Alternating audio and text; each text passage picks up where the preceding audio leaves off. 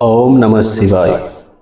પ્રિય શિવ ભક્તો, શિવ મહાપુરાણની પવિત્ર કથામાં આપનું હાર્દિક સ્વાગત છે।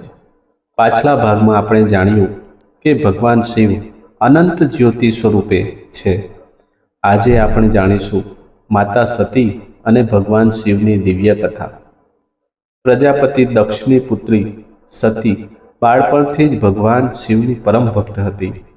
તેઓ હંમેશા પોતાના મનમાં શિવજીને પતિ રૂપે મેળવવાની ઈચ્છા રાખતા હતા। માતા સતીએ કઠોર તપસ્યા કરી અને તેમની ભક્તિથી પ્રસન્ન થઈને ભગવાન શિવે તેમને દર્શન આપ્યા। ભગવાન શિવ અને માતા સતીના લગ્ન ખૂબ જ દિવ્ય રીતે સંપન્ન થયા। દેવતાઓ, ઋષિઓ અને ગંધર્વોએ આ શુભ પ્રસંગની ઉજવણી કરી, પરંતુ પ્રજાપતિ દક્ષને ભગવાન શિવ પ્રત્યે અહંકાર હતો। તેઓ શિવજીને યોગ્ય સન્માન આપતા ન હતા। એક વખત દક્ષે એક વિશાળ યજ્ઞનું આયોજન કર્યું, પરંતુ તેમણે ભગવાન શિવ અને માતા સતીને આમંત્રણ આપ્યું નહીં।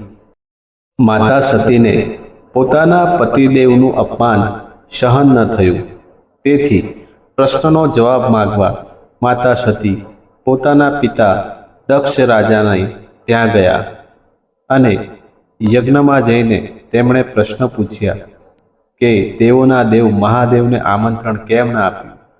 ત્યારે રાજા દક્ષે ભગવાન શિવનું અપમાન કર્યું। પોતાના આરાધ્ય પતિનું અપમાન જોઈને માતા સતી ખૂબ દુઃખી થયા। આ ઘટનાએ સમગ્ર સૃષ્ટિને હચમચાવી દીધી। આગળની કથામાં આપણે જાણીશું કે માતા સતી સાથે શું થયું અને ભગવાન શિવે શું કર્યું। હર હર મહાદેવ। ઓમ નમઃ શિવાય।